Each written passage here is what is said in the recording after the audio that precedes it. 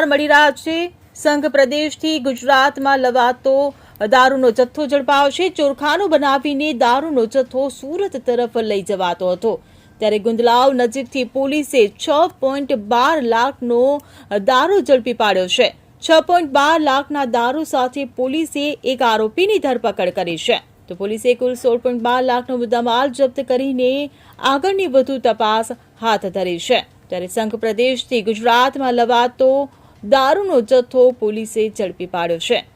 ચોરખાનું બનાવીને દારૂનો જથ્થો સુરત તરફ લઈ જવામાં આવી રહ્યો હતો, ત્યારે ગુંદલાવ નજીકથી પોલીસે 6.12 લાખનો દારૂ ઝડપી પાડ્યો છે।